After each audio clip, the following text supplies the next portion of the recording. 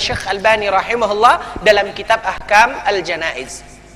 Wajib dan sunnat dari salat jenazah berdasarkan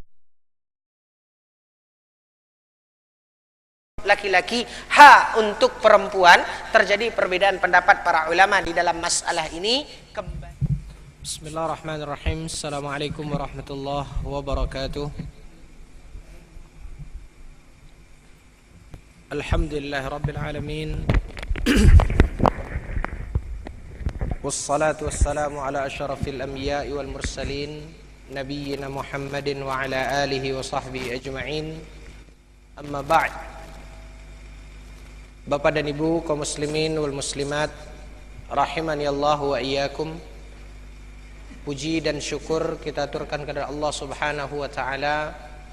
Salawat dan salam pada junjungan kita Nabi Muhammad sallallahu alaihi wasallam.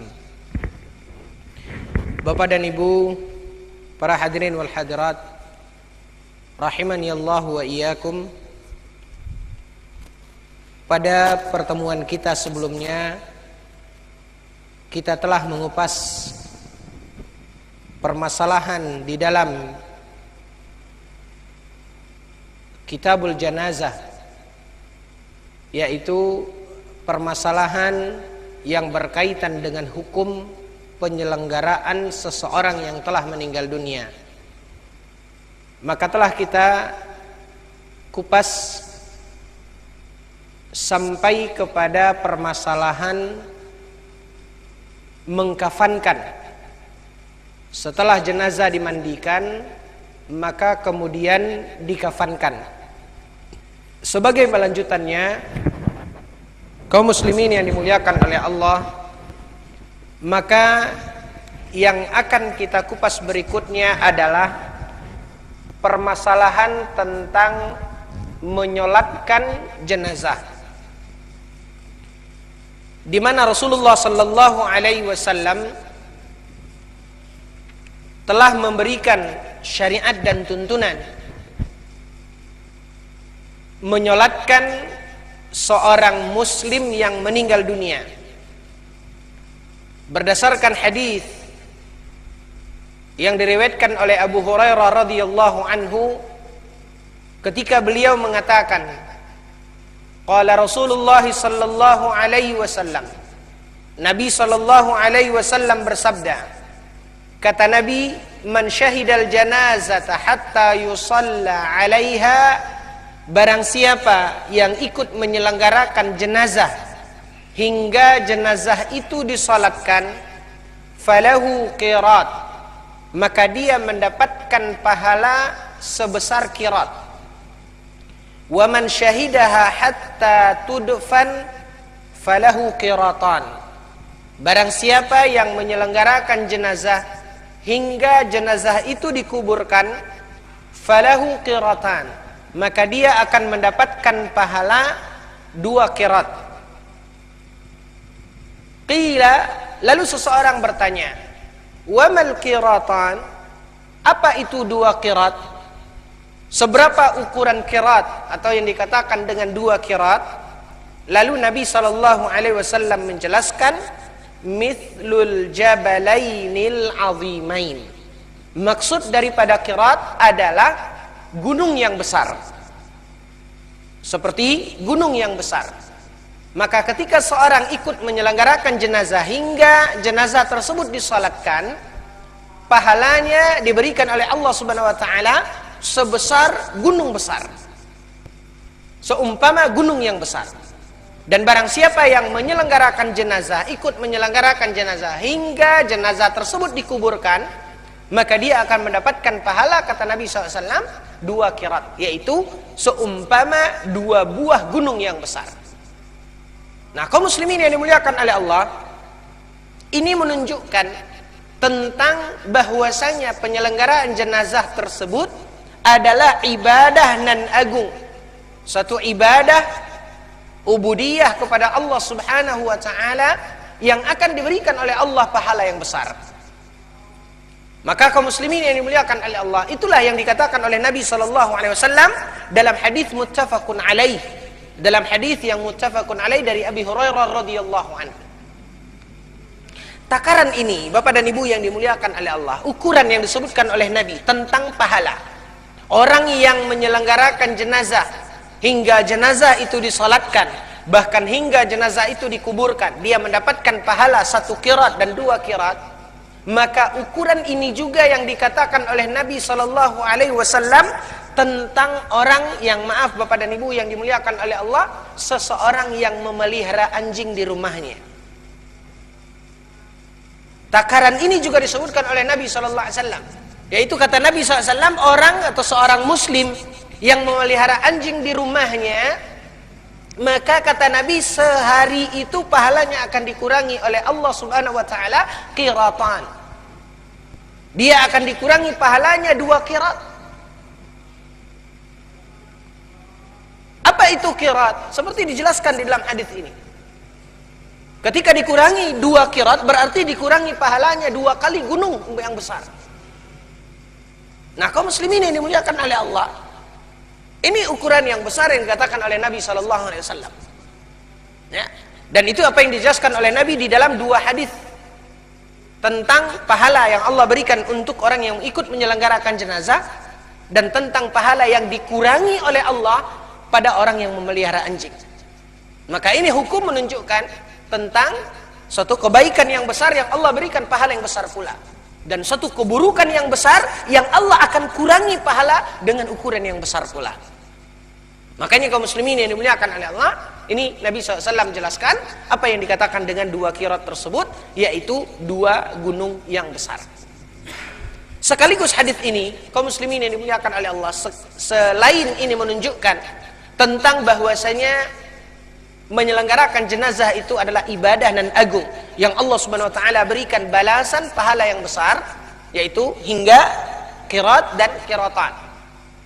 Sekaligus hadis ini juga dijadikan dalil oleh para ulama tentang bahwasanya seorang yang meninggal dunia, yaitu seorang muslim yang meninggal dunia, maka dia disolatkan. Makanya Rasulullah SAW mengatakan, barang siapa yang ikut menyelenggarakan jenazah hingga jenazah itu disolatkan, berarti jenazah seorang muslim yang meninggal dunia disolatkan. Maka dari hadis ini, satu hadis ini, kita bisa mengambil pelajaran. Diantaranya, pertama, besarnya pahala yang Allah berikan kepada orang yang ikut menyelenggarakan jenazah.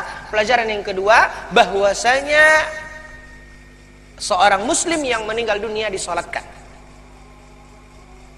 Kaum muslimin yang dimuliakan oleh Allah, sebagaimana penyelenggaraan jenazah, mulai dari memandikan, mengkafankan, begitu juga menyolatkan, hukumnya adalah fardu kifayah. Hukumnya adalah fardu kifayah, yaitu apabila sebagian kaum muslimin telah melakukannya, maka lepaslah kewajiban kaum muslimin yang lain. Sebaliknya, ketika tidak ada seorang mukmin pun yang melakukannya, ya, sehingga diabaikan, maka berdosalah semua kaum muslimin. Inilah yang dimaksud dengan fardu kifayah. Maka sebagaimana juga memandikan, menyolatkan, begitu juga mengkafankan, hukumnya adalah fardu kifayah. Kaum muslimin yang dimuliakan oleh Allah, adapun secara umum syarat dari menyolatkan jenazah ini, yang pertama adalah niat. Innamal a'malu binniyat.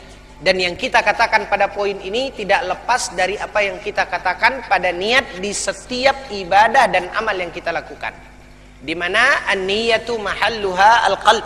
Niat itu tempatnya di dalam hati, dan niat itu bukanlah kata-kata di dalam hati kita yang kita rangkai dengan sebuah kata-kata, sengaja aku di dalam hati, bukan demikian.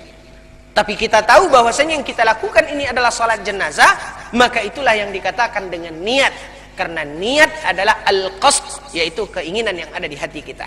Kaum muslimin yang dimuliakan oleh Allah. Kemudian syarat yang lain dari menyolatkan jenazah adalah istiqbalul qiblah, menghadap ke kiblat, dengan meletakkan posisi jenazah di depan, ya, di depan kiblat. Lalu imam dan makmum menghadap ke jenazah dan otomatis menghadap ke kiblat. Sebagaimana nanti akan lebih kita rincikan perbedaan antara apabila jenazahnya laki-laki berbeda dengan posisi ketika jenazahnya perempuan. Maka kaum muslimin yang dimuliakan oleh Allah, Yang pasti menghadap ke kiblat adalah syarat dalam menyolatkan jenazah. Kemudian satrul aurah, menutup aurat, sebagaimana kewajiban dan syarat dari salat yang kita lakukan, maka termasuk mensalatkan jenazah disyaratkan adalah menutup aurat.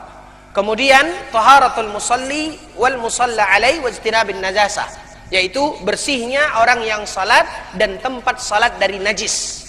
Ya, maka ini adalah satu hal yang umum dikatakan oleh Nabi dalam salat yang kita lakukan, la salata bi ghairi tahur. Yang dikatakan oleh Nabi SAW, tidak sah salat orang yang apabila tidak suci atau tidak bersih dari najis dan hadas. Maka begitu juga dalam pelaksanaan salat jenazah. Kemudian kaum muslimin yang dimuliakan oleh Allah, termasuk syarat adalah Islam orang yang salat dan Islam orang yang disalatkan.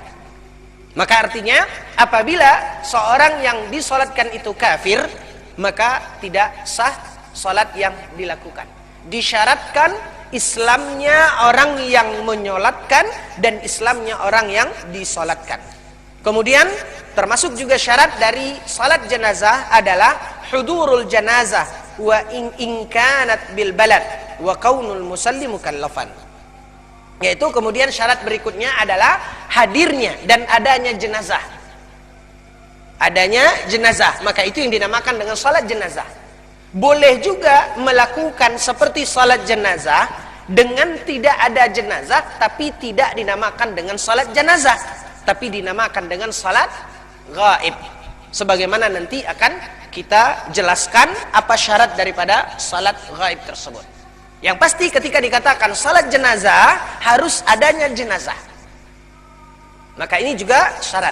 Kemudian syarat yang terakhir, kaum muslimin yang dimuliakan oleh Allah, yaitu orang yang salat haruslah seorang yang mukallaf. Maka tidak sah salat orang yang tidak mukallaf. Yaitu seperti anak-anak, ya, tidak sah atau tidak sah untuk dia melakukan atau menyolatkan jenazah. Mesti harus seorang yang mukallaf atau seorang yang balik dan berakal. Maka inilah kaum muslimin yang dimuliakan oleh Allah yang menjadi syarat dari salat jenazah ini. Sedangkan rukun pada salat jenazah ini ada beberapa di antaranya. Yang pertama adalah al-qiyam fiha, yaitu melakukan salat jenazah itu dengan berdiri. Melakukan salat jenazah itu dengan berdiri bagi yang mampu. Jika seandainya ada yang tidak mampu berdiri, lalu dia melakukan ikut serta salat jenazah dengan duduk, maka ini tidak mengapa. La yukallifullahu nafsan illa wus'aha.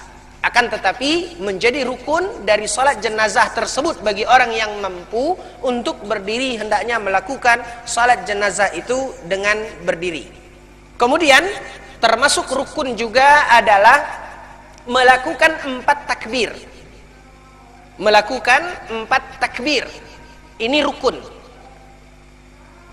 Sehingga kita kenal di dalam tata cara salat jenazah bahwasanya salat jenazah itu terdiri dari 4 takbir. Kalau kita lihat ke dalam hadis Nabi SAW, ada hadis yang menjelaskan bahwasanya Nabi SAW pernah melakukan salat jenazah dengan 5 takbir. Namun yang rukun adalah 4. Tidak boleh kurang dari 4. Lebih daripada 4 pernah dilakukan oleh Nabi SAW sebagaimana disebutkan di dalam riwayat yang sahih seperti dinukilkan oleh Syekh Albani rahimahullah dalam kitab Ahkam Al-Janaiz. Kaum muslimin yang dimuliakan oleh Allah, ini rukun daripada salat jenazah. Kemudian termasuk rukun adalah membaca Al-Fatihah. Sebagaimana kata Nabi SAW, la salata liman lam yaqra' bi fatihatil kitab. Tidak sah salat orang yang tidak baca Al-Fatihah. Maka Al-Fatihah adalah rukun di salat, termasuk salat jenazah. Kemudian kaum muslimin, as-salatu ala nabi, yaitu membaca salawat kepada Rasulullah SAW, dan ini rukun. Yang itu kita lakukan setelah takbir yang kedua. Sebagaimana nanti akan kita jelaskan kaifiyah atau tata cara dalam salat jenazah tersebut. Yang mana pada takbir yang kedua membaca salawat. Allahumma salli ala Muhammad wa ala ali Muhammad. Itu bagian dari rukun. Yang Nabi SAW ajarkan, Nabi tambah dengan salawat Ibrahimiyah. Allahumma salli ala Muhammad wa ala ali Muhammad. Kama sallaita ala Ibrahim wa ala ali Ibrahim. Wa barik ala Muhammad wa ala ali Muhammad. Kama barakta ala Ibrahim wa ala ali Ibrahim innaka Hamidum Majid. Itu yang dicontohkan oleh Nabi SAW. Tapi dari salawat yang panjang ini, yang termasuk dari rukun sebagaimana dijelaskan oleh Syekh Shalih Al-Fauzan di dalam bab tasyahud akhir, bahwasanya yang rukun dari salat adalah Allahumma salli ala Muhammad wa ala ali Muhammad. Artinya, jika seseorang melakukan hanya Allahumma salli ala Muhammad wa ala ali Muhammad, lalu kemudian dia takbir yang ketiga, maka salatnya sah. Karena yang rukun adalah salawat kepada Rasulullah sallallahu alaihi wasallam. Kemudian rukun berikutnya, kaum muslimin yang dimuliakan oleh Allah, adalah ad-du'a lil mayyit. Adalah ad-du'a lil mayyit, yaitu mendoakan jenazah yang kita salatkan. Menyolatkan jenazah yang kita salatkan. Yang itu dilakukan pada setelah takbir yang ketiga, seperti nanti akan kita jelaskan dari riwayat yang sahih tentang doa yang diajarkan oleh Nabi yang kita baca setelah takbir yang ketiga tersebut. Rukun berikutnya, kaum muslimin yang dimuliakan oleh Allah, adalah at-tertib. Adalah berurutan. Yang dahulu didahulukan. Tidak boleh salawat dulu baru Al-Fatihah. Tapi Al-Fatihah, kemudian salawat, kemudian doa untuk untuk mayat. Kemudian yang terakhir dari rukun kaum muslimin yang dimuliakan oleh Allah adalah salam. Sebagaimana di dalam salat yang kita lakukan, yang rukun dari salat itu adalah salam pertama ke kanan. Salam pertama ke kanan, dan itu adalah rukun. Adapun salam yang kedua di salat yang biasa kita lakukan, maka hukumnya sunnat. Syekh Albani rahimahullah ta'ala, kaum muslimin yang dimuliakan oleh Allah, di dalam kitab Ahkamul Janaiz mengupas apakah salat jenazah ini hanya satu salam atau dua salam. Terjadi khilaf di kalangan para ulama. Sebagian para ulama mengatakan salat jenazah ya, hanya satu salam saja, yaitu salam yang pertama. Namun ada riwayat yang disahihkan oleh Syekh Albani rahimahullah ta'ala, silahkan lihat Bapak dan Ibu di dalam kitab Ahkamul Janaiz yang ditulis oleh Syekh Albani. Beliau menukilkan hadis yang menunjukkan bahwasanya Nabi SAW ketika salat jenazah itu pernah melakukan 2 kali salam. Maka artinya jika kita kumpulkan riwayat tentang salam pada salat jenazah ini, kita bisa menarik kesimpulan hukum bahwasanya boleh 1 kali salam dan boleh 2 kali salam. Silahkan rujuk dan lihat kitab Ahkamul Janaiz yang ditulis oleh Syekh Albani rahimahullah ta'ala. Bapak dan Ibu kaum muslimin yang dimuliakan oleh Allah tabaraka wa ta'ala, maka inilah bagian dari rukun dalam salat jenazah. Kemudian kaum muslimin, adapun kaifiyah, tata cara. Terlepas apakah ini rukun, wajib, dan sunnat dari salat jenazah, berdasarkan hadis yang menceritakan tentang bagaimana Nabi SAW salat jenazah. Yang pertama, kaum muslimin yang dimuliakan oleh Allah, sebelum salat dilakukan, maka seperti tadi kita katakan, jenazah diletakkan di hadapan, di depan kiblat. Maka imam, jika jenazahnya laki-laki, maka imam berdiri setentang dengan dadanya. Jika jenazahnya laki-laki, yang mana jenazah itu diletakkan kepalanya sebelah kanan imam. Posisinya yaitu kepalanya di sebelah kanan imam, seperti posisinya nanti yang akan kita letakkan ketika kita menguburkan, sebagaimana nanti akan kita jelaskan pada bab menguburkan. Maka posisi jenazah diletakkan dengan posisi kepala di sebelah kanan imam ketika imam melihat ke kiblat. Maka posisi imam, jika jenazahnya laki-laki, maka posisi imam berdiri setentang dada jenazah tersebut. Sedangkan jika jenazahnya perempuan, maka posisi imam fi wasatiha, yaitu di tengah-tengah, tepat di tengah dari badannya, dari badan jenazah wanita itu. Ada sunnah Nabi SAW yang membedakan antara jenazah laki-laki dan jenazah perempuan. Jika seandainya kaum muslimin yang dimuliakan oleh Allah, jenazah yang disalatkan ada dua, satu laki-laki, satu perempuan. Mungkin di tempat kita nyaris tidak pernah dilakukan, tapi kalau di Mekah dan di Madinah nyaris hampir seperti itu. Ketika diumumkan adanya salat jenazah, as-salatu 'alal mayyiti wal mayyitati rahimakumullah, bahwasanya ada al-mayyiti wal mayyitati, ada dua orang yang disalatkan, laki-laki satu, perempuan satu. Maka posisinya, posisi imam tetap seperti yang tadi kita katakan.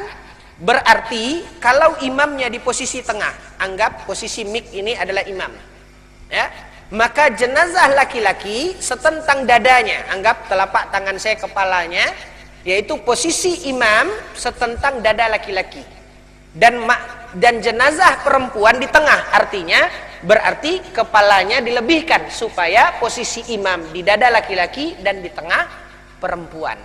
Dan posisi mereka laki-laki yang lebih mendekati ke imam, bukan laki-laki di depan kiblat. Dibedakan dengan urutan saf di dalam salat. Bukan jenazah laki-laki yang di depan kiblat kemudian jenazah perempuan, tidak, akan tetapi sebaliknya. Jenazah laki-laki yang lebih dekat ke imam, baru jenazah perempuan. Bapak dan Ibu yang dimuliakan oleh Allah, itu posisi dari jenazah. Sedangkan makmum lebih diutamakan untuk membuat saf menjadi 3 saf. Apabila seandainya yang menyolatkan jenazah itu hanya 7 orang, apabila yang menyolatkan jenazah itu hanya 7 orang, maka sebaiknya posisi dalam sholat jenazah, imam satu di depan, kemudian 2 orang saf pertama, 2 orang saf ketiga, 2 orang saf kedua, 2 orang saf ketiga. Begitu urutan yang sebaiknya, dan bukan menyempurnakan saf seperti sholat berjamaah yang lain. Lebih diutamakan menjadikan saf itu menjadi 3 saf. Ini lebih afdal. Kendati pun saf yang pertama itu seperti gambaran kita, tidak ada yang lebih kurang dari gambaran ini, yaitu misalnya makmum hanya 6 orang, ya, yang kalau mereka berdiri satu saf belum penuh saf pertama. Kalau dalam sholat berjamaah, sholat wajib yang kita lakukan, mereka mesti memenuhi saf yang terdepan. Tetapi dalam sholat jamaah lebih baik, lebih diutamakan memperbanyak saf dari menyempurnakan saf. Kaum muslimin yang dimuliakan oleh Allah. Adapun anjuran untuk meluruskan dan merapatkan saf itu berlaku pada semua sholat berjamaah, termasuk sholat jenazah.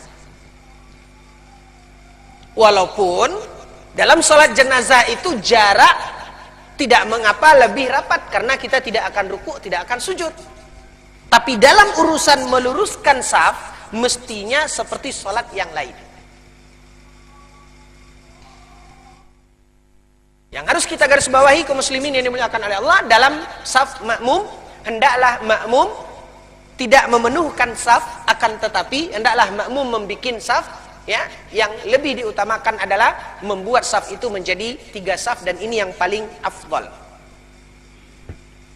Lalu kemudian kaum muslimin yang dimuliakan oleh Allah, tata caranya adalah pertama imam bertakbir, yaitu melakukan takbiratul ihram, Allahu Akbar, dengan mengangkat kedua tangannya seperti dia takbir di dalam salatnya, menghadapkan telapak tangan ke kiblat, dan mengangkat kedua tangannya setentang dengan telinga atau setentang dengan bahu. Seperti takbiratul ihram di salat yang lain. Allahu Akbar, dia takbir seraya mengangkat tangan lalu kemudian bersedekap. Di dalam masalah ini kaum muslimin hanya satu ini cara, tidak ada perbedaan pendapat ulama di dalam masalah ini. Mengangkat kedua tangan ketika takbiratul ihram, Allahu Akbar, lalu setelah itu bersedekap. Setelah takbiratul ihram, maka disunatkan untuk membaca a'udzubillah. Disunatkan untuk membaca a'udzubillah, lalu setelah itu bismillah, dan langsung membaca al-fatihah sirran. Dan langsung setelah a'udzubillah, bismillah, dan membaca al-fatihah dengan suara yang pelan. Salat jenazah adalah salat yang dipelankan, bukan dikeraskan. Maka masing-masing membaca al-fatihah. Bapak dan Ibu yang dimuliakan oleh Allah, tidak ada sunnahnya di dalam salat jenazah untuk membaca doa iftitah. Tidak ada sunnahnya membaca doa iftitah. Allahu Akbar, a'udzubillahi minasyaitonirrajim, bismillahirrahmanirrahim, langsung baca al-fatihah. Tidak ada sunnahnya membaca doa iftitah. Lalu kemudian kaum muslimin yang dimuliakan oleh Allah, disunnatkan setelah membaca al-fatihah membaca ayat. Disunnatkan setelah al-fatihah membaca ayat.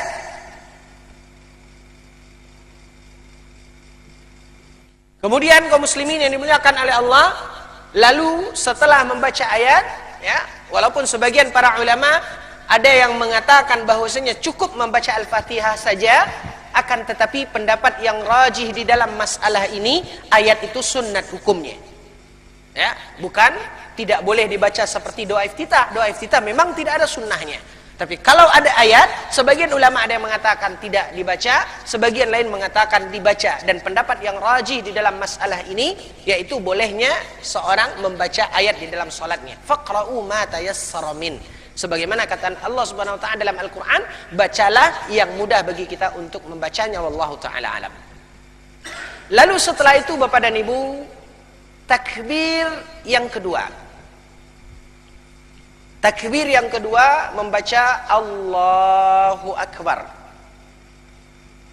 Terjadi perbedaan pendapat para ulama, apakah ketika takbir tersebut takbir dengan seraya mengangkat tangan seperti ketika takbiratul ihram atau tidak mengangkat tangan. Terjadi perbedaan pendapat para ulama di dalam masalah ini.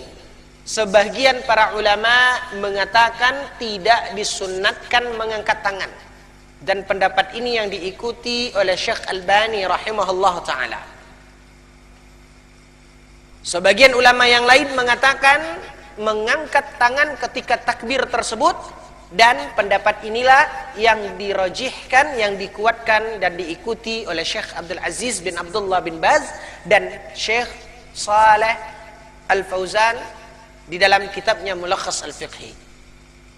Maka di antara permasalahan ini kaum muslimin yang dimuliakan oleh Allah, sama dengan perbedaan pendapat para ulama di takbir-takbir pada pelaksanaan salat Id.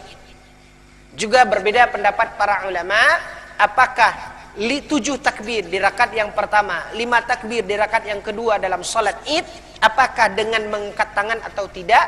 Terjadi perbedaan pendapat para ulama, yang satu masalahnya dengan masalah ini.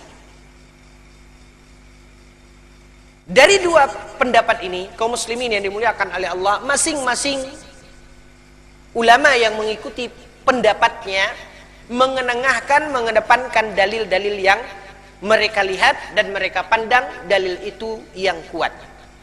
Dalam permasalahan ini kaum muslimin yang dimuliakan oleh Allah, saya pribadi lebih cenderung kepada pendapat yang mengatakan bahwasanya mengangkat tangan di setiap takbir tersebut. Maka permasalahan ini sama saja dalam salat jenazah sebagaimana juga dalam salat Id. Terjadi perbedaan pendapat para ulama. Masing-masing memiliki mengenengahkan dalil. Syekh Albani menguatkan pendapat yang mengatakan tidak mengangkat tangan, sementara Syekh bin Baz, Syekh Shalih Al-Fauzan mengikuti pendapat yang mengatakan mengangkat tangan di setiap takbir. Saya pribadi, saya lebih cenderung kepada pendapat yang kedua, wallahu taala a'lam, yaitu mengangkat tangan di setiap takbir. Setelah takbir yang kedua, kaum muslimin yang dimuliakan oleh Allah, maka jika kita mengikuti pendapat yang mengatakan mengangkat tangan, berarti setelah Al-Fatihah dan kita membaca ayat, lalu setelah itu kita takbir, Allahu Akbar, sedekap kembali. Ini pendapat yang mengatakan mengangkat tangan. Sedangkan pendapat yang mengatakan tidak mengangkat tangan, cukup bertakbir, ya, dari takbir yang takbiratul ihram, lalu kita sedekap, baca Al-Fatihah, setelah itu baca ayat, lalu takbir yang kedua, Allahu Akbar, tetap dalam posisi sedekap, tidak mengangkat tangan. Itulah pendapat yang dipilih oleh Syekh Albani rahimahullah ta'ala. Setelah takbir yang kedua, kaum muslimin yang dimuliakan oleh Allah, maka disunatkan membaca salawat seperti yang tadi kita sebutkan. Yang rukun adalah Allahumma salli ala Muhammad wa ala ali Muhammad.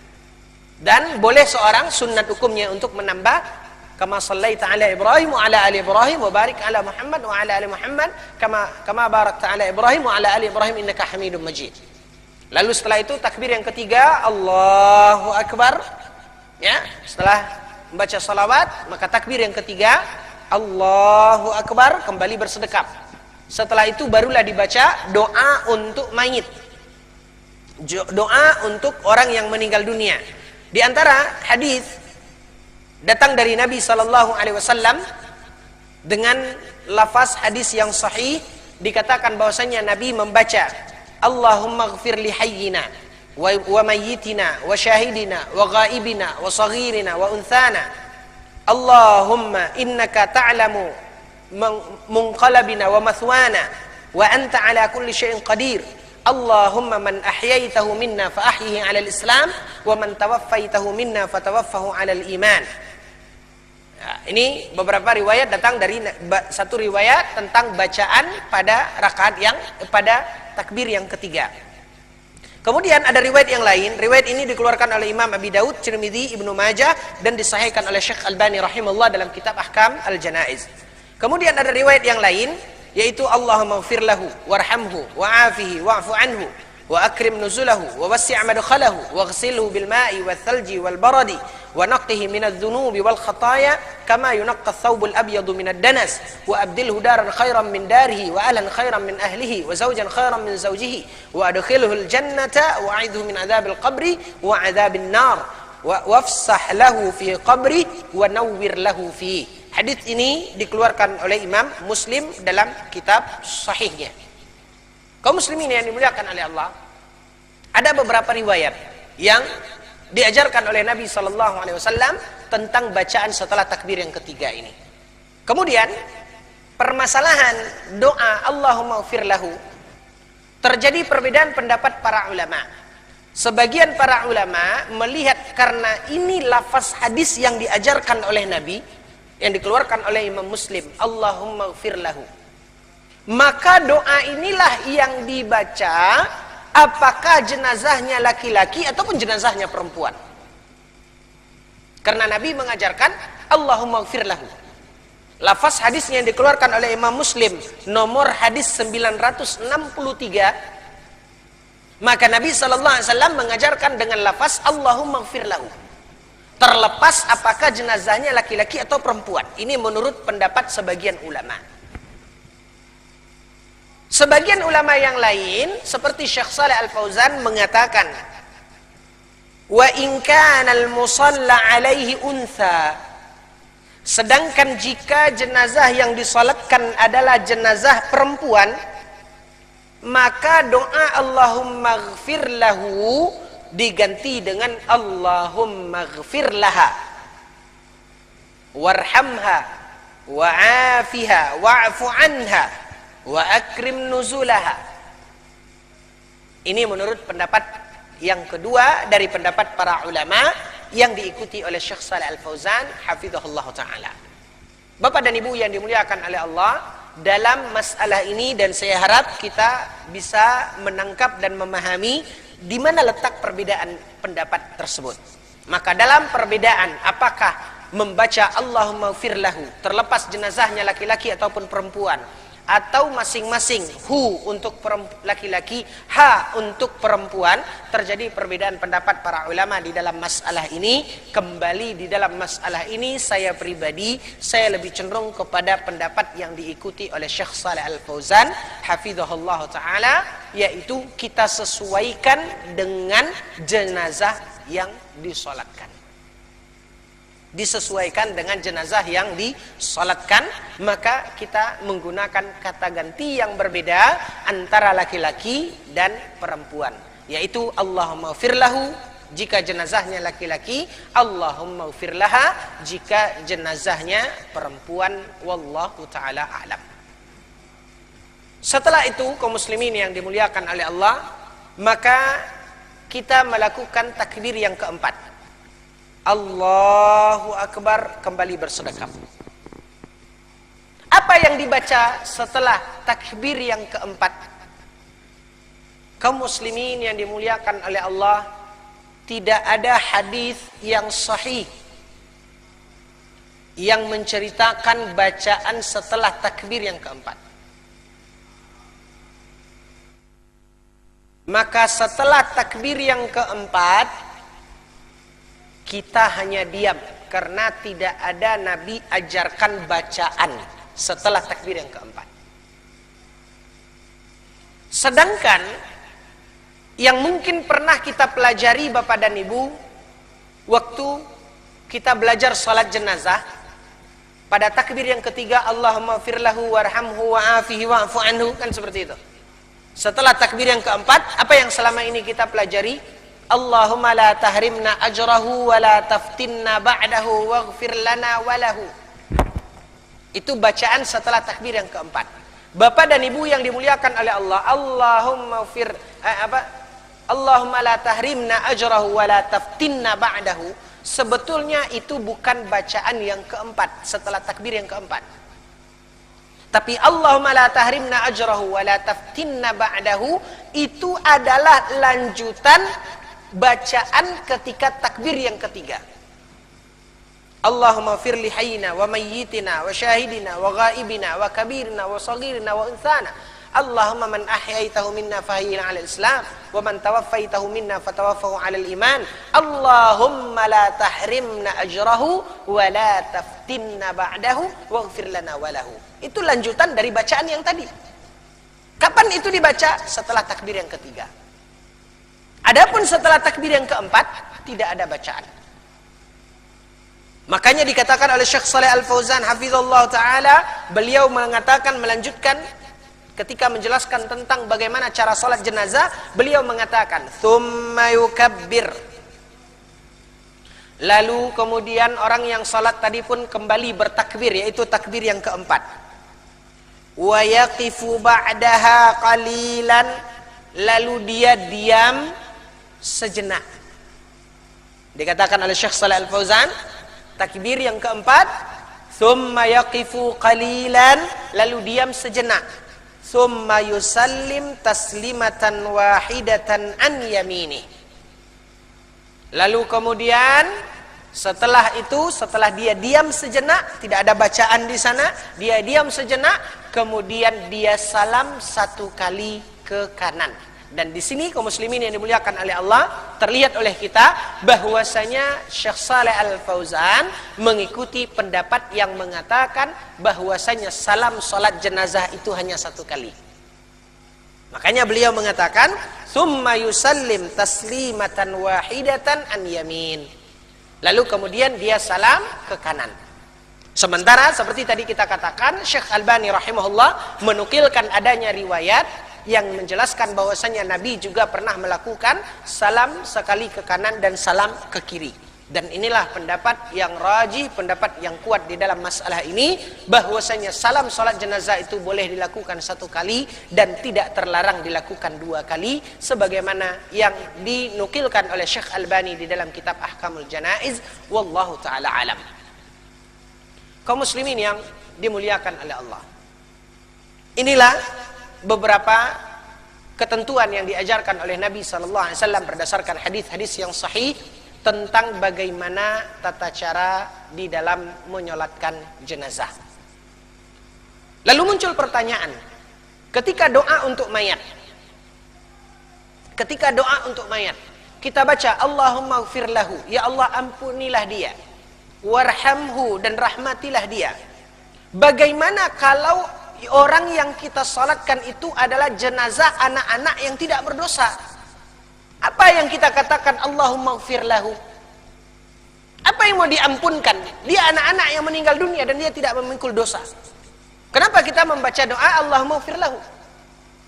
Kaum muslimin yang dimuliakan oleh Allah, maka jawabannya adalah sesuai dengan apa yang diajarkan oleh Nabi, tidak mengapa. Tidak masalah. Namun kalau kita ingin lihat yang spesifikasi lagi, ada riwayat dan ada doa yang diajarkan oleh Nabi yang kita baca untuk ketika jenazahnya anak-anak. Apa bacaannya? Allahumma ja'alhu lana zakhrafan wa faratan wa ajran. Datang dari riwayat yang sahih dari Nabi sallallahu alaihi wasallam. Sekaligus kaum muslimin yang dimuliakan oleh Allah, perlu kita garis bawahi, dan ini sekaligus ralatan dari apa yang sudah kita sampaikan sebelumnya. Dan atas kesalahan ini saya minta ampun kepada Allah Subhanahu wa taala dan saya minta maaf. Waktu pembahasan memandikan jenazah kita katakan bahwasanya wajib memandikan jenazah kecuali di antara yang dikecualikan adalah anak-anak. Ini keliru. Yang kita maksudkan dalam masalah ini bukan memandikan. Akan tetapi yang kita maksudkan dalam masalah ini adalah menyolatkan. Ini sebagai ralatan apa yang pernah kita sampaikan. Jenazah anak-anak dimandikan, wajib dimandikan seperti orang dewasa. Dalam masalah menyolatkan, kaum muslimin yang dimuliakan oleh Allah, para ulama mengatakan tidak wajib menyolatkan jenazah anak-anak. Karena Nabi SAW, beberapa anak beliau yang meninggal ketika kecil, maka anaknya itu ada yang disolatkan dan ada yang tidak disolatkan.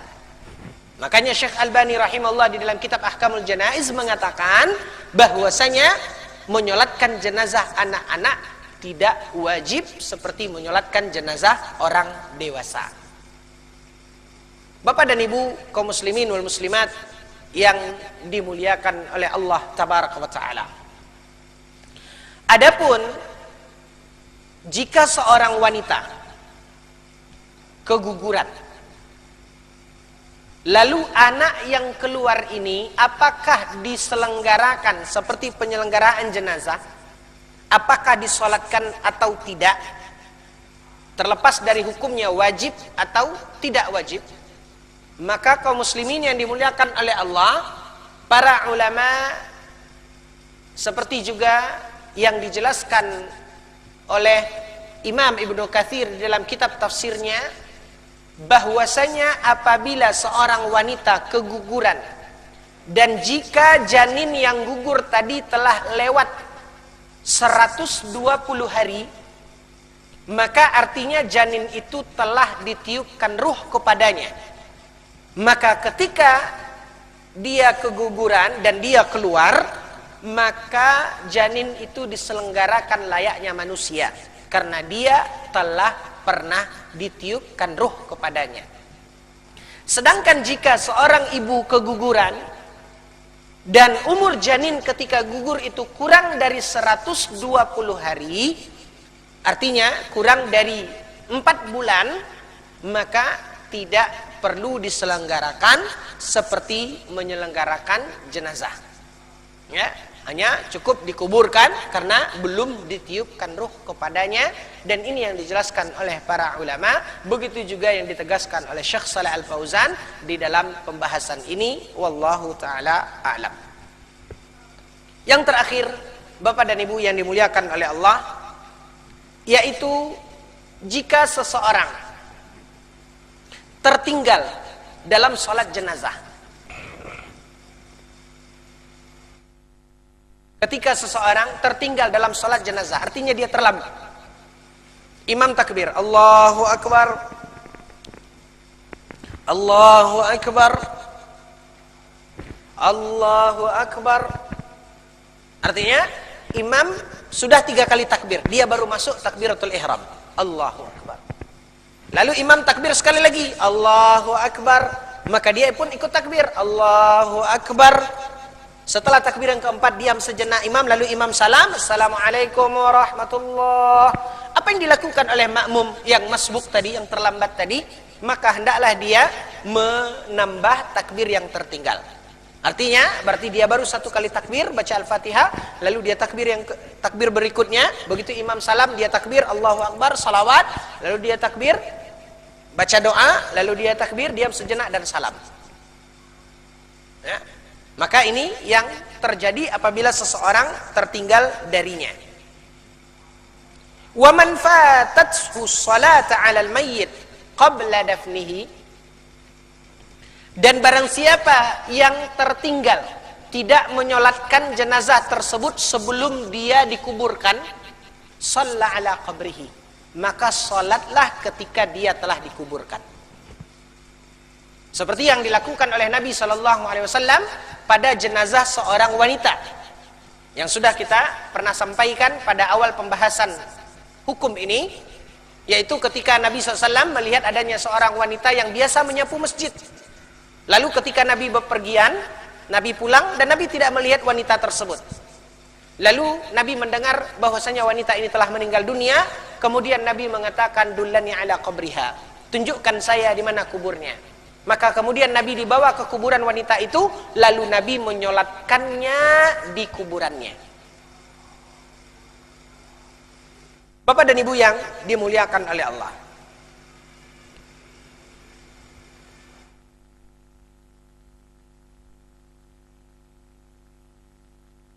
kemudian kalau tadi orang yang tertinggal takbir bersama imam, ya, sekarang orang hanya mendapatkan ketika imam takbir yang keempat, Allahu Akbar, imam takbir yang keempat, dia baru datang dan dia takbiratul ihram, baru dia Allahu Akbar, imam langsung salam, Assalamualaikum warahmatullah, kata imam. Nah, ketika dia lanjutkan, kalau dia lanjutkan, kaum muslimin yang dimuliakan oleh Allah, kalau dia lanjutkan berarti dia takbir yang kedua setelah imam salam, walaupun Al-Fatihahnya belum sempurna, berarti dia takbir yang kedua. Kalau dia lanjutkan, sementara jenazah ini habis disolatkan, sunnahnya kaum muslimin yang dimuliakan oleh Allah, tidak ada doa seperti yang dilakukan oleh umumnya masyarakat kita. Kalau masyarakat kita setelah menyolatkan itu ada doa, ini tidak ada sunnahnya. Yang ada sunnahnya mendoakan jenazah ini setelah menguburkan, sebagaimana nanti akan kita bahas pada pembahasan kita selanjutnya. Adapun doa setelah sholat itu seolah-olah doa seperti setelah sholat fardu, ini tidak ada. Apalagi kaum muslimin yang dimuliakan oleh Allah, dilakukan berbeda dengan cara dan hukum doa yang diajarkan oleh Nabi SAW. Di antaranya doa secara berjamaah seperti yang dilakukan oleh sebagian masyarakat kaum muslimin. Ini tidak ada sunnahnya dan tidak pernah diajarkan oleh Nabi SAW. Maka yang ada, setelah menyolatkan jenazah, maka jenazah itu diangkat. Maka jenazah itu diangkat. Lah bagaimana dengan orang yang terlambat tadi? Kita katakan sholat jenazah itu, jenazahnya mesti di mana? Mesti dihadirkan. Nah sekarang ada orang terlambat, begitu imam salam, begitu imam mau salam, dia baru takbir. Lalu imam salam, Assalamualaikum warahmatullah, dia baru takbir. Artinya dia lanjutkan seperti yang tadi kita katakan bagi orang yang masbuk tadi, orang yang tertinggal. Lah sementara begitu orang selesai sholat, ini jenazah diangkat, tinggal dia sendiri, siapa yang dia sholatkan? Ngerti Pak permasalahannya, perbedaan dengan tadi? Oke, kaum muslimin yang dimuliakan oleh Allah, dijelaskan oleh Syekh Shalih Al-Fauzan hafizahullah ta'ala, wa in khasyiya an turfa'al janazah, jika orang yang tadi yang melanjutkan tadi dia khawatir dan dia sudah nampak jenazah itu diangkat, tidak ada lagi jenazah di sana, taba'at takbir, maka dia cukup lakukan takbir, ya, dia lakukan takbir itu biduni faslin bainaha thumma sallam. Tabaat takbir, ia lakukan takbir. Jenazah sudah tidak ada lagi, jenazah mau diangkat, lakukan takbir. Berapa kali takbir? 4 kali takbir. Allahu akbar, Allahu akbar, Allahu akbar, assalamualaikum warahmatullahi. Tapi dengan kondisi seperti tadi. Nah, kalau dengan kondisi yang umum di masyarakat kita, rasanya ini tidak terjadi. Kenapa? Lebih panjang doa dari sholatnya. Tapi kalau kondisi seperti tadi, begitulah caranya. Seperti dikatakan oleh Syekh Shalih Al-Fauzan, saya bacakan redaksinya. Beliau mengatakan, wa in khasyiya an turfa'al janazah. Apabila dia khawatir jenazah sudah diangkat, taba'at takbirat. Cukup dia melakukan takbir-takbir tadi biduni faslin bainaha, tanpa dia isi dengan bacaan-bacaan seperti tadi. Cukup dia takbir Allahu akbar, Allahu akbar, Allahu akbar, assalamualaikum warahmatullahi. Tsumma salam, kemudian dia salam. Bapak dan Ibu yang dimuliakan oleh Allah, nah, ini beberapa permasalahan di dalam hukum salat jenazah yang bisa kita paparkan pada pertemuan kali ini. Dan insyaallah ta'ala sebagai lanjutannya adalah tentang salat ghaib, ya, ketika tadi sudah kita singgung bahwasanya salat jenazah mesti ada jenazah. Jika tidak ada jenazah, maka itu dinamakan dengan salat ghaib, dengan beberapa ketentuan yang akan kita kupas pada pertemuan kita yang akan datang. Dan insyaallah akan kita lanjutkan dengan cara menguburkan dan tuntunan Nabi SAW di dalam masalah ini. Wallahu ta'ala alam, wa sallallahu ala nabiyina Muhammad wa ala alihi wa sahbihi wasallim. Alhamdulillah rabbil alamin. Silahkan kalau ada pertanyaan. Silakan Pak.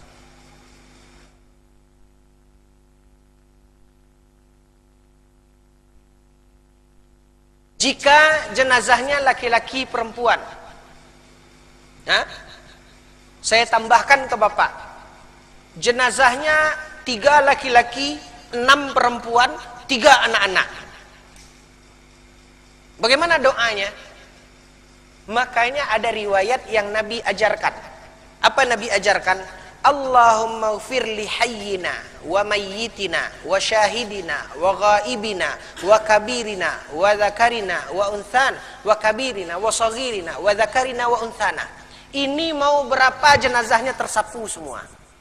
Kenapa? Karena doanya, ya Allah, Allahumma ghfir li hayyina, ya Allah berilah ampunan kepada kami yang hidup, wa mayyitina, dan ampunkanlah kami yang mati, wa syahidina wa ghaibina, kami yang ada dan kami yang tidak ada di sini, wa saghirina wa kabirina, yang kecil dan yang tua, yang kecil dan yang besar, wa dzakarina wa unzana, yang laki-laki dan perempuan.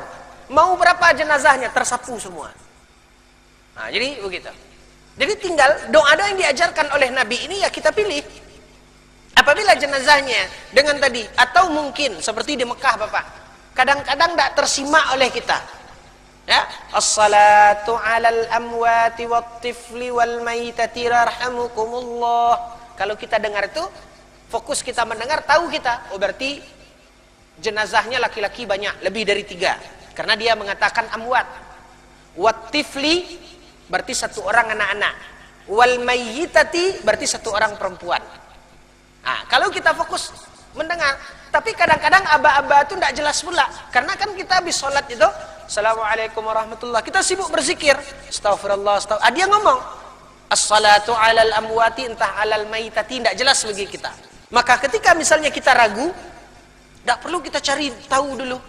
Atau kaum muslimin yang dimuliakan oleh Allah, bagaimana kalau misalnya kita ada di satu masjid, lalu ada orang sholat jenazah, orang sudah sholat, kita kan ingin mendapatkan Bapak pahala untuk menyolatkan jenazah, lalu kita sholat, tidak harus kita Pak tunggu dulu Pak, ini laki perempuan, tidak mesti, karena adanya lafaz dari bacaan itu yang tidak perlu kita memandang apakah itu laki-laki atau perempuan. Maka juga seperti tadi.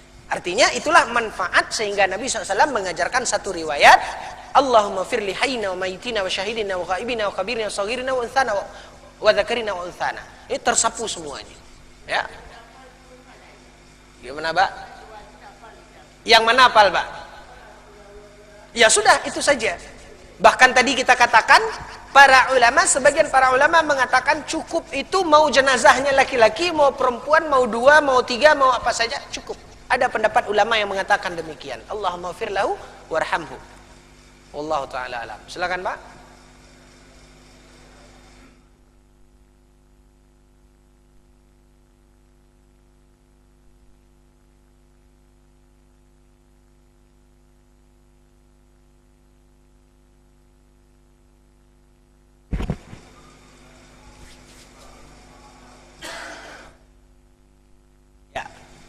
Ada 2 pertanyaan, yaitu tentang memandikan jenazah. Sudah kita jelaskan pada pembahasan memandikan jenazah, bahwasanya yang memandikan jenazah laki-laki adalah laki-laki, yang memandikan jenazah perempuan adalah perempuan. Apakah itu anak memandikan jenazah orang tua, atau orang tua memandikan jenazah anak? Jika orang tuanya yang meninggal laki-laki, maka hendaknya yang memandikan itu anaknya yang laki-laki. Jika jenazahnya perempuan, maka hendaknya yang memandikan itu anaknya perempuan. Begitu sebaliknya. Yang boleh laki-laki memandikan perempuan, sudah kita katakan yang boleh hanya suami istri. Kalau suami istri, itu istri boleh memandikan suami, begitu juga sebaliknya. Tapi kalau antara orang tua dan anak, maka sebaiknya, ya bukan kita mengatakan tidak boleh yang artinya haram, tapi sebaiknya yang memandikan itu adalah anak perempuan, dan jika orang tua laki-laki yang meninggal, maka sebaiknya yang memandikan itu adalah anak laki-laki. Pertanyaan yang kedua, Bapak pernah melihat ketika orang-orang masuk ke areal perkuburan buka sendal. Apakah ini ada hadisnya? Ada. Sebagaimana dijelaskan oleh Syekh Albani rahimahullah di dalam kitab Ahkamul Janaiz, yaitu hadis tentang seseorang yang ketika dia berjalan di antara perkuburan, dia memakai sendal. Lalu kata Nabi SAW, ya sahibai sibtain alki sibtatai, wahai orang yang pakai sendal, campakkan sendalmu, kata Nabi SAW. Lalu orang yang tadi karena dia tidak tahu, dia melihat ke sumber suara, ternyata suara itu adalah suara Nabi, langsung dia buang sandalnya dan tidak diambil sampai sekarang. Ya, diceritakan begitu Pak. Diceritakan dalam riwayat itu, karena yang menyuruh itu Nabi, dibuangnya sandalnya, dibukanya sandalnya. Maka dari hadis ini, kaum muslimin yang dimuliakan oleh Allah, para ulama di antara Syekh Albani rahimahullah mengatakan, Nabi SAW melarang ketika seseorang berjalan di antara perkuburan itu, maka dilarang seseorang menggunakan alas kaki. Memang sebagian para ulama mengatakan yang terlarang itu jenis sandal tertentu, yaitu sibtain tadi. Memang ada sebagian ulama yang mengatakan begitu.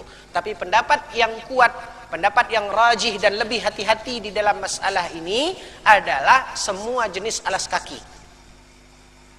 Ya, maka disunnatkan untuk dibuka ketika seseorang lewat di antara kuburan. Wallahu ta'ala a'lam. Silakan Pak.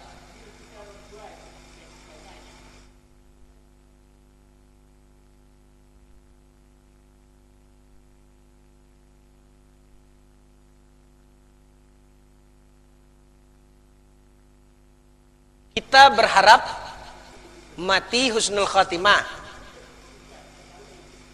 tapi kita sudah pikun.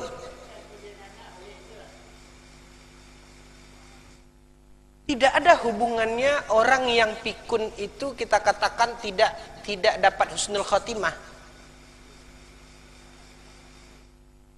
Ya? Karena kepikunan, kalaupun itu terjadi, yang dikatakan arzalil umur, kembali seperti anak-anak, maka orang yang sudah pikun tidak lagi mukallaf. Tidak berdosa. Bahkan kaum muslimin yang dimuliakan oleh Allah, ketika seorang yang sudah pikun, sehingga karena pikunnya tadi dia tidak tahu puasa. Ketika anak-anaknya, anak cucunya makan sahur, ya, mereka makan sahur diam-diam. Pelan-pelan makannya. Kenapa? Bangun pula atuk nanti. Pelan-pelan makannya. Begitu makan pelan-pelan supaya tidak bangun atuk neneknya yang sudah pikun ini. Ternyata namanya orang tua, bangun dia. Marah neneknya ini. Kalian makan tidak majak-ajak. Tidak tahu dia kalau itu sahur. Lalu dikatakan, nih kami sahur.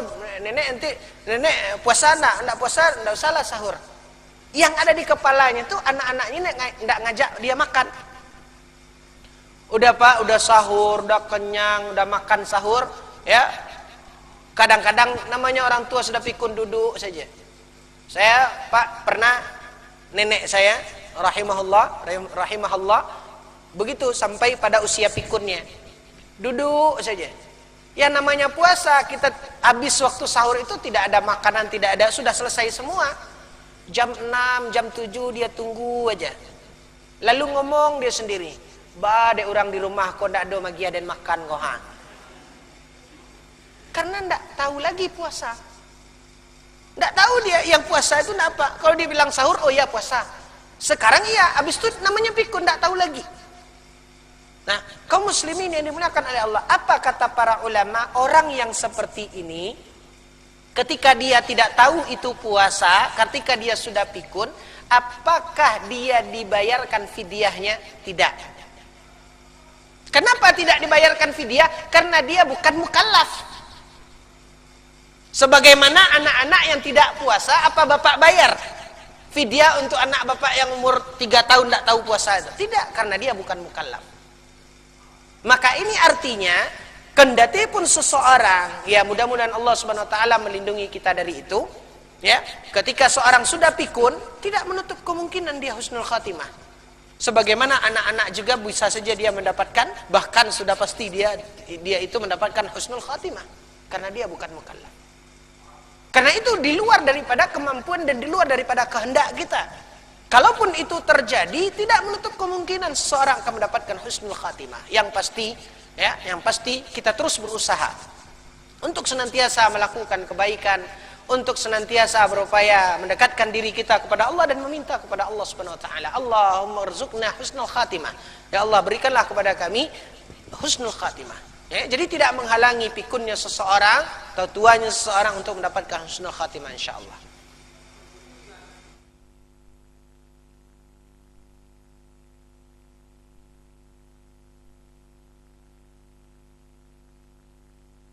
Oh, maksudnya itu ketika tidak jelas lagi la ilaha illallah itu tidak tahu dia lagi.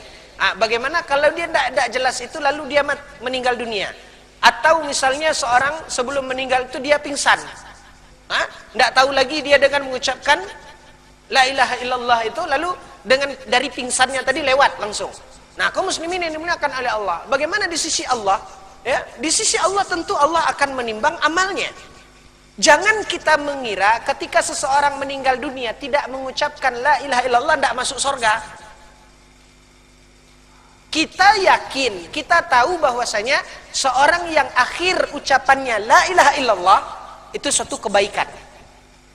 Akhir ucapannya la ilaha illallah suatu kebaikan. Tapi bukan berarti kalau seseorang meninggal tidak baca la ilaha illallah dia tidak masuk surga. Tidak juga. Jadi ketika orang yang pikun kemudian dia mati itu tidak mengucap la ilaha illallah, tidak menghalangi dia akan masuk surga. Hanya saja memang dia tidak mendapatkan seperti apa yang didapatkan oleh orang yang membaca la ilaha illallah. Tapi kaum muslimin yang dimuliakan oleh Allah, ya, realita mengajarkan kepada kita. Ada di antara orang-orang yang Masya Allah kaum muslimin yang dimuliakan oleh Allah diceritakan tentang bagaimana mereka tutup usia. Ada di antara para ulama yang mereka sakit, jatuh sakit. Lalu kemudian pingsan, ya, pingsan mughma alai, tidak sadarkan diri. Tidak sadarkan diri sudah waktu yang cukup lama. Sampai orang bimbang antara dia ini hidup atau mati. Lalu kemudian kaum muslimin yang dimuliakan oleh Allah, dia bangkit dari pingsannya tadi, sudah lama, sudah berbulan-bulan, lalu dia bangkit sampai dia akhirnya membuka matanya dan sempat duduk. Kemudian ada yang minta diwudukkan, lalu dia asyhadu an la ilaha illallah wa asyhadu anna muhammadar rasulullah, lalu dia meninggal dunia. Subhanallah. Artinya kaum muslimin ini dimuliakan oleh Allah, ini bukanlah suatu hal yang di luar jangkauan ilmu manusia mungkin. Ya, di luar jangkauan ilmu manusia. Tapi itulah yang Allah SWT berikan. Makanya itu adalah satu karunia yang Allah berikan yang tidak lepas dari apa yang kita lakukan. Maka tugas kita intinya adalah bagaimana kita terus meningkatkan ibadah kita, iman kita, ketakwaan kita kepada Allah SWT, dan kemudian kita meminta dan berdoa kepada Allah. Silahkan.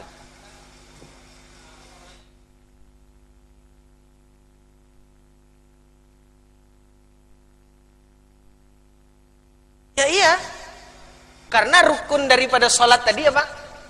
Bersih dari hadas dan najis. Kalau kita kentut berarti kan wudhu kita batal.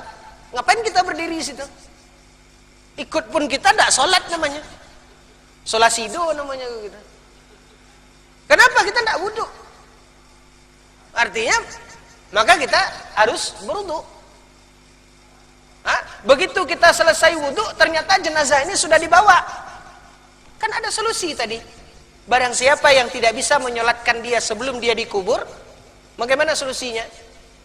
Solatkan dia setelah dia dikubur, seperti yang dilakukan oleh Nabi. Kan itu tadi.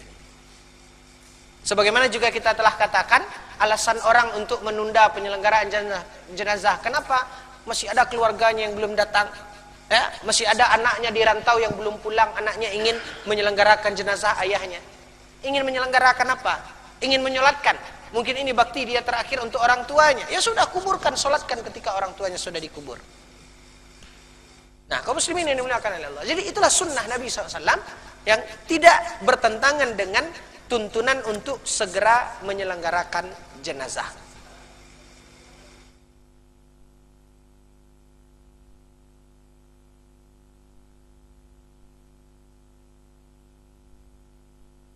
Tidak, Pak. Orang yang sakarat diajarkan oleh Nabi, laqinu mautakum la ilaha illallah. Talkinkan orang yang akan meninggal dunia itu, orang yang sedang sakarat itu dengan la ilaha illallah. Itu yang diajarkan oleh Nabi. Maka ketika kita melihat ada orang yang ketika akan meninggal itu, kadang dia sadar, kadang hilang. Hanya terlihat di mana dia hidup dengan detak nadinya atau nafasnya masih terlihat nafas, tapi dia sudah tidak tahu lagi dengan kita. Ya, buat apa kita la ilaha illallah, la ilaha illallah? Dia tidak sadar. Tapi ada masa dia mungkin dia balik di mana dia sadar kembali. Mungkin dia begitu, talkinkan la ilaha illallah. Jadi seperti itu, Pak. Allahu taala alam. Yang terakhir ya.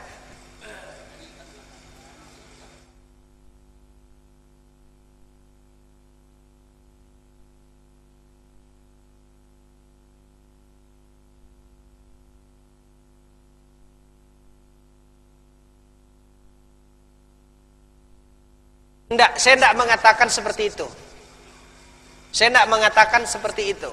Yang saya katakan tadi, bahwasanya tidak ada sunnahnya mendoakan jenazah. Tidak ada sunnahnya mendoakan jenazah setelah menyolatkannya. Tidak seperti adanya tuntunan untuk kita berdoa setelah sholat fardu. Itu yang saya katakan. Kalau tidak percaya silahkan putar rekaman. Jadi saya tidak mengatakan tidak ada tuntunan doa berjamaah seperti setelah kita sholat fardu. Ada tuntunan sholat berjamaah? Tidak ada, saya katakan itu. Yang saya katakan, ya perhatikan bahasanya, bahwasanya tidak ada sunnahnya, tidak ada tuntunan untuk mendoakan jenazah setelah sholat jenazah. Sedangkan setelah sholat fardu ada sunnah, ada tuntunan untuk kita berdoa.